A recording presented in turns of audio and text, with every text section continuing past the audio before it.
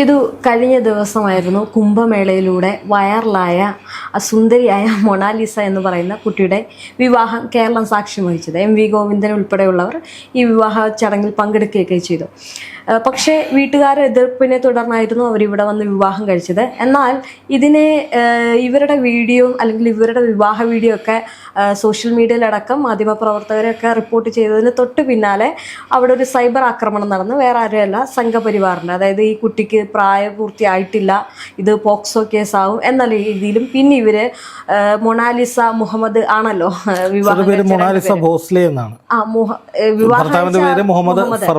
സൽമാൻ, അപ്പം മൊണാലിസ മുഹമ്മദ് എന്നുള്ള രണ്ട് പേരും കൂടിയുണ്ട്. അപ്പം സംഘപരിവാർ ഇതിനെ ഒരു വർഗീയ ഒരു രീതിയിൽ ധ്രുവീകരിക്കാൻ നോക്കിയിരിക്കുകയാണ്. അപ്പം അങ്ങനെ വലിയൊരു അറ്റാക്ക് കൊണ്ടുവരാൻ നോക്കി, പക്ഷെ അത് പൊളിഞ്ഞു. അപ്പൊ എന്ത് തോന്നുന്നു ഇങ്ങനെ ഒരു നീക്കം? അല്ല, ഇവന്മാര് കേരളത്തിൽ എവിടെ പരിപാടി അവതരിപ്പിച്ചാലും ഇതൊക്കെ തന്നെയാണ് അവസ്ഥ. ഇപ്പോൾ രേഷ്മ പറഞ്ഞില്ലേ മൊണാലിസ മുഹമ്മദ്, ഇത് ആ പെൺകുട്ടിയോ ഭർത്താവ് മുഹമ്മദ് ഫർഹാനോ അല്ലേ, ഫർമാൻ, അദ്ദേഹമോ അങ്ങനെ ഒരു പേര് ഇടണം മൊണാലിസയ്ക്ക്, അല്ലെങ്കിൽ മുഹമ്മദിനെ കെട്ടിയ ഉടനെ മൊണാലിസയുടെ പേര് മൊണാലിസ മുഹമ്മദ് എന്നാക്കണം, ഇതൊന്നും അവർ സ്വപ്നത്തിൽ ചിന്തിച്ചിട്ടുണ്ടാവില്ല. എന്ന് മാത്രമല്ല, ഒരു കൊച്ചു പെൺകുട്ടിയാണ്. ആ പെൺകുട്ടി ഇത് നാടോടിയെ പോലെ ഇങ്ങനെ ഇൻഡോർ സ്വദേശിയാണ്, മധ്യപ്രദേശിലെ ഇൻഡോർ സ്വദേശിയാണ്. പക്ഷേ ഇങ്ങനെ ഈ കുംഭമേള അടക്കമുള്ള പരിപാടികളിലൂടെ ഇങ്ങനെ നടക്കുന്ന ഒരു നാടോടി എന്ന് വേണമെങ്കിൽ പറയാം രീതിയിൽ പോകുന്ന ആൾ എന്നാണ് മനസ്സിലാക്കുന്നത്. അപ്പോൾ അങ്ങനെ ഒരു പെൺകുട്ടി എടുത്ത തീരുമാനം ശരിയായോ എന്നൊരു ചോദ്യം പൊതുസമൂഹത്തിൻ്റെ ഭാഗത്തു നിന്ന് ഉണ്ടാവുന്നുണ്ട്. അതായത് മുസൽമാനായ ഒരു ചെറുപ്പക്കാരന് വിവാഹം കഴിച്ചു എന്നല്ല, ഇത്രയും ചെറിയൊരു പ്രായത്തിൽ ഒരു വിവാഹം വേണമായിരുന്നോ, കുറേ കാലം കൂടി സ്വാതന്ത്ര്യമൊക്കെ അനുഭവിച്ചിട്ട് കല്യാണം കഴിച്ചാൽ പോരായിരുന്നോ എന്ന് ചോദിക്കുന്ന ആളുകളുണ്ട്. പക്ഷേ ഒരു മുസൽമാനെ നീ വിവാഹം കഴിക്കണമായിരുന്നോ? ഇത് മറ്റേ ജിഹാദിൻ്റെ ഭാഗമായിട്ട് വന്നതാണെന്ന് നിനക്ക് ഉറപ്പുണ്ടോ? നാളെ നിനക്ക് സിറിയ പോകേണ്ട പെണ്ണെ ആട് മേയ്ക്കാൻ എന്ന നിലയിലൊക്കെ തുടക്കം മുതലേ കുറേ എണ്ണങ്ങൾ ഇറങ്ങിയിരുന്നു. റഹീം ഈ പെൺകുട്ടിയെ കൈപിടിച്ചിങ്ങനെ കൊണ്ടുവരുന്നൊരു ചിത്രം ഫേസ്ബുക്കിലുണ്ടായിരുന്നു.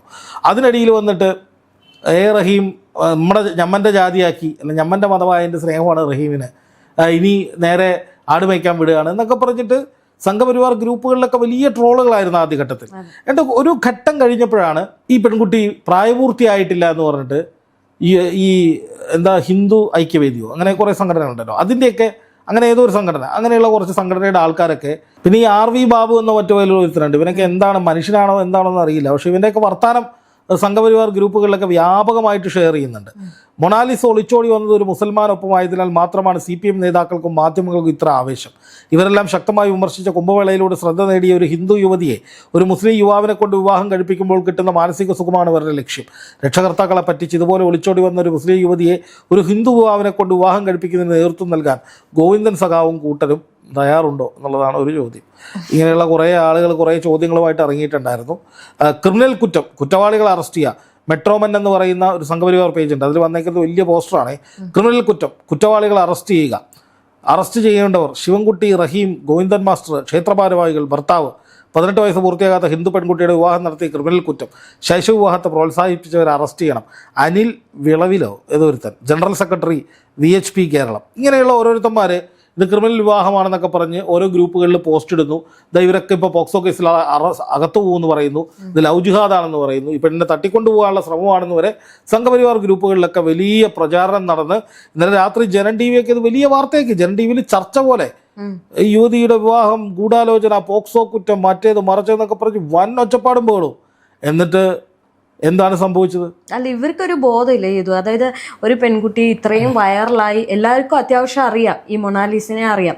അപ്പം ഒരു വേറൊരു സ്ഥലത്ത് നിന്ന് അല്ലെങ്കിൽ വേറൊരു സംസ്ഥാനത്ത് നിന്ന് ഒരു പെൺകുട്ടിയുടെ വിവാഹം ഈ MV ഗോവിന്ദനെ പോലുള്ളവർ ഏറ്റെടുത്ത് നടത്തുമ്പോൾ, സംസ്ഥാനം ഭരിക്കുന്ന പാർട്ടിയുടെ സെക്രട്ടറിയും രാജ്യത്തെ പ്രധാനപ്പെട്ട ഒരു MP റഹീം അടക്കമുള്ളവർക്കൊന്നും ഒരു വിവരമില്ല എന്നുള്ളതാണ് ഇവർ ചിന്തിക്കുക. അതായത് ഇവന്മാരെ പോലെ ഒരു 2 പേര് വിവാഹം കഴിക്കുന്നത്, 2 പേര് സ്നേഹിക്കുന്നുണ്ട്, അതിൽ മതം മാത്രം നോക്കിയിട്ട് അല്ലെങ്കിൽ അവരിട്ടിരിക്കുന്ന അടിവസ്ത്രത്തിൻ്റെ കളർ പൊക്കി നോക്കിയിട്ട് കാവ്യാണെങ്കിൽ ഒച്ച ഉണ്ടാക്കുക, ഇതാണ് ഇവന്മാർക്ക് അറിയുള്ളൂ.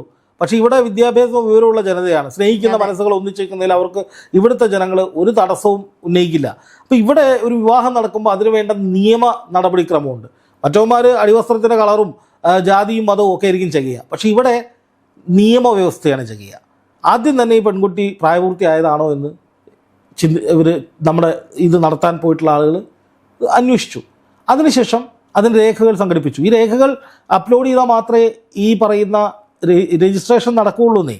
അതായത് ഇപ്പോൾ നമ്മുടെ സംസ്ഥാന സർക്കാരിൻ്റെ ഏറ്റവും പുതിയ കെ സ്മാർട്ട് എന്ന് പറയുന്ന ഓൺലൈൻ സംവിധാനമുണ്ട്. പഞ്ചായത്തിൽ നിന്ന് വിവാഹ സർട്ടിഫിക്കറ്റ് കിട്ടണമെങ്കിൽ അതിൽ ഇതൊക്കെ അപ്ലോഡ് ചെയ്താലേ കിട്ടുകയുള്ളൂ. ഇതിൻ്റെ ആധികാരിക പരിശോധിച്ച് ഇത് അപ്ലോഡ് ചെയ്താൽ മാത്രമേ കിട്ടുകയുള്ളൂ.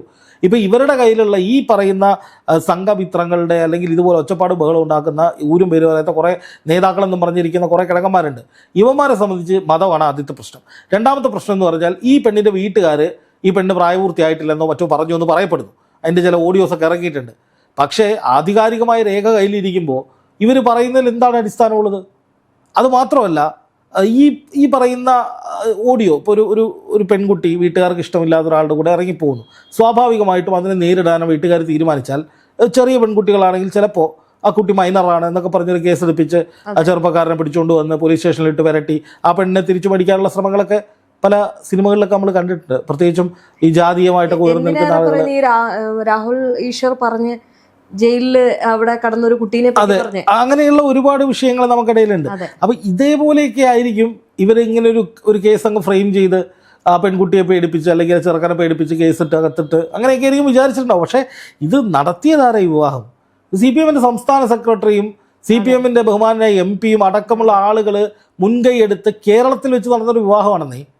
ഇത് ഇവർ വിചാരിച്ച് ഉത്തരേന്ത്യയിലെ കളി ഇവിടെ നടക്കുമെന്നാണ് വിചാരിച്ചത്. ജാതിയും മതവും ലവ് ജിഹാദ് കുറേ കഥയും പറഞ്ഞിട്ട് വന്ന് ആ പെണ്ണ് പ്രായപൂർത്തിയായില്ല, അതാണ് ഇതാണെന്നും പറഞ്ഞ് ഒച്ചപ്പേകൾ കൊടുത്തു കഴിഞ്ഞാൽ ഇവർ സംഘടിതമായിട്ട് ആക്രമിക്കാൻ ഇറങ്ങി തിരിച്ചാൽ കേരളത്തിൽ ഇങ്ങനെ ഒരു നിയമപരമായി നടന്നൊരു വിവാഹം നടക്കില്ല എന്നാണ് അവർ വിചാരിച്ചു. പേടിച്ചു പോകുമെന്ന് വിചാരിച്ചു കേരളം. മിത്രങ്ങളുടെ തിട്ടൂരത്തിനനുസരിച്ച് മാറേണ്ട അവസ്ഥയൊന്നും കേരളത്തിൽ ആർക്കും വന്നിട്ടില്ല. ഈ കേരളത്തിലെ സംഖ്യകൾ എന്തുകൊണ്ടാണ് ഈ ഉത്തരേന്ത്യ നടക്കുന്ന കാര്യങ്ങളൊന്നും ചർച്ച ചെയ്യാത്ത? ഞാൻ ഈ ഒരു അവസരത്തിൽ വേറൊരു കാര്യം പറയാം. അതായത് February 14 വാലന്റൈൻസ് ഡേയിൽ അന്ന് വന്നൊരു വാർത്തയാണ്. അതായത് കാമുകിയെ കാണാൻ വേണ്ടിയിട്ട് കാമുകൻ പോയതാ. അത് ഉത്തരേന്ത്യയിൽ നടന്നൊരു സംഭവമാണ്. അത് കാണാൻ പോയതിൻ്റെ പേരിൽ ആ യുവാവിനെ പിടിച്ച് തട്ടിക്കൊണ്ട് പോയി അന്ന് രാത്രി തന്നെ ആ യുവതിനെ കൊണ്ട് കല്യാണം കഴിപ്പിക്കുന്ന ഒരു രീതി ആണ് നടന്നത്. അവിടെ അവർ പ്രണയിച്ചു എന്നുള്ളത് സത്യമാണ്. പക്ഷെ ഒരു വിവാഹത്തിലേക്ക് അവരെത്തുന്ന രീതിയിൽ വന്നിട്ടില്ല. പിടിച്ചു കെട്ടിച്ചു എന്നുള്ളത് അത് പോട്ടെ, അത് പിന്നെയും സന്തോഷകരമാണ്. കാരണം കല്യാണം ജീവിക്കണം. ഒരു തട്ടിക്കൊണ്ടു പോകും. ചിലയിടങ്ങളിലൊക്കെ വലിയ മർദ്ദനങ്ങളും കൊലപാതകങ്ങളും ഉണ്ടാവുന്നുണ്ട്. ജാതി, ഇപ്പോൾ ദുരഭിമാന കൊല നമ്മൾ പല സ്റ്റേറ്റിലും കാണുന്ന ഒരു കാര്യമാണ്. ഇപ്പോൾ കേരളത്തിലാണെങ്കിലും കെവിൻ്റെ കേസിലൊക്കെ കെവിൻ നീനു വിഷയത്തിലൊക്കെ നമ്മൾ കണ്ടിട്ടുണ്ട്. പക്ഷെ ഞാൻ പറഞ്ഞത് ഇത് ഈ മുസ്ലിമായിട്ടുള്ള ഒരു യുവാവിനെ പ്രണയിച്ചു എന്നുള്ളതൊരു വലിയ കുറ്റം എന്ന നിലയിലാണ്. ഇപ്പോൾ ഞാൻ നേരത്തെ ഒരു ഇത് വായിച്ചില്ലേ, ഒരു മുസ്ലിം പെൺകുട്ടി ഒരു ഹിന്ദു പെൺകുട്ടിയെ മുസ്ലിം കെട്ടിയത് കൊണ്ടാണ് പാർട്ടി കൂടെ നിന്നത്. നേരെ തിരിച്ചായിരുന്നുവെങ്കിൽ പാർട്ടി കൂടെ നിൽക്കുമായിരുന്നു. എന്താ സംശയം? നിൽക്കുമായിരുന്നു. കേരളത്തിൽ അങ്ങനെ ഒരുപാട് സംഭവമുണ്ടെന്നേ. പാർട്ടി ഓഫീസിൽ വെച്ച് അന്യമതസ്ഥരായിട്ടുള്ള ഒരുപാട് പേര് അങ്ങോട്ടും ഇങ്ങോട്ടും മാറി വിവാഹം കഴിച്ച ഒരുപാട് സംഭവങ്ങളുണ്ട്. കേരളത്തിലെ CPM അങ്ങനെ വർഗീയപരമായിട്ട് ഇത്തരം വിഷയങ്ങൾ കൈകാര്യം ചെയ്യുന്ന ഒരു പാർട്ടിയല്ല, ഒരു പ്രസ്ഥാനമല്ല. അല്ലെങ്കിൽ കേരളത്തിലെ ബോധമുള്ള ജനങ്ങൾ രണ്ടുപേര് കല്യാണം കഴിച്ചാൽ അവരുടെ മതമല്ല ആദ്യം നോക്കുക.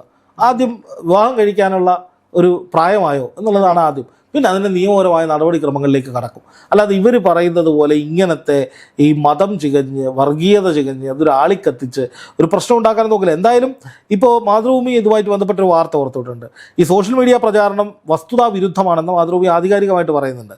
പൂവാർ പഞ്ചായത്തിൽ നിന്ന് മൊണാലിസയ്ക്കും മുഹമ്മദ് ഫർമാനും കെ സ്മാർട്ട് വഴി ലഭിച്ച വിവാഹ സർട്ടിഫിക്കറ്റിൽ ഇരുവരുടെയും പ്രായവും ജനനത്തീയതിയും വ്യക്തമായി കാണാം. അതതിൽ കാണണമെങ്കിൽ അതിന് ആധികാരികമായ രേഖകൾ അവിടെ സമർപ്പിച്ചാലേ ഇത് കാണുള്ളൂ. ഇത് പ്രകാരം 2008 ജനുവരി 1 മൊണാലിസ ജനിച്ചത്. അതായത് ഇപ്പോൾ മൊണാലിസയുടെ പ്രായം 18 വയസ്സും 2 മാസവും. ഇന്ത്യൻ നിയമപ്രകാരം പെൺകുട്ടികളുടെ വിവാഹപ്രായം 18 വയസ്സാണ് എന്നതിനാൽ മൊണാലിസയുടെയും ഫർമാൻ്റെയും വിവാഹം പൂർണ്ണമായും നിയമപരമാണ്. 2008 കേരള വിവാഹങ്ങൾ രജിസ്റ്റർ ചെയ്യൽ പൊതുചട്ടങ്ങളിലെ 11(1) പ്രകാരമാണ് ഇരുവരുടെയും വിവാഹം രജിസ്റ്റർ ചെയ്തിരിക്കുന്നത്.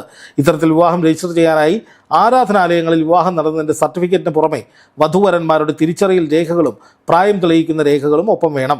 ഇവയെല്ലാം പരിശോധിച്ച് സാധുവാണെങ്കിൽ മാത്രമേ കെ സ്മാർട്ടിൽ നിന്ന് വിവാഹ സർട്ടിഫിക്കറ്റ് ലഭിക്കൂ. സോഷ്യൽ മീഡിയ പ്രചാരണം ആരംഭിച്ചതിന് പിന്നാലെ പലരും ഇക്കാര്യം കമൻറ്റുകളിലും മറ്റും ചൂണ്ടിക്കാണിച്ചിരുന്നു. ചിലർ വിവാഹ സർട്ടിഫിക്കറ്റിൻ്റെ ചിത്രം പോസ്റ്റ് ചെയ്യുകയും ചെയ്തിരുന്നു. ഇതിൻ്റെ ആധികാരികത എങ്ങനെ ഉറപ്പിക്കുമെന്ന സംശയം അപ്പോഴും പലർക്കും ഉണ്ടായിരുന്നു. മൊണാലിസയുമായും ഫർമാനുമായും ബന്ധപ്പെട്ടും കെ സ്മാർട്ട് വെബ്സൈറ്റ് വഴിയും വിവാഹ സർട്ടിഫിക്കറ്റിൻ്റെ ആധികാരികത മാതൃഭൂമി.com ഉറപ്പിച്ച ശേഷമാണ് ഈ റിപ്പോർട്ട് പ്രസിദ്ധീകരിക്കുന്നത്. അതായത് ആധികാരികമായി വിവാഹം വാലിഡാണ്.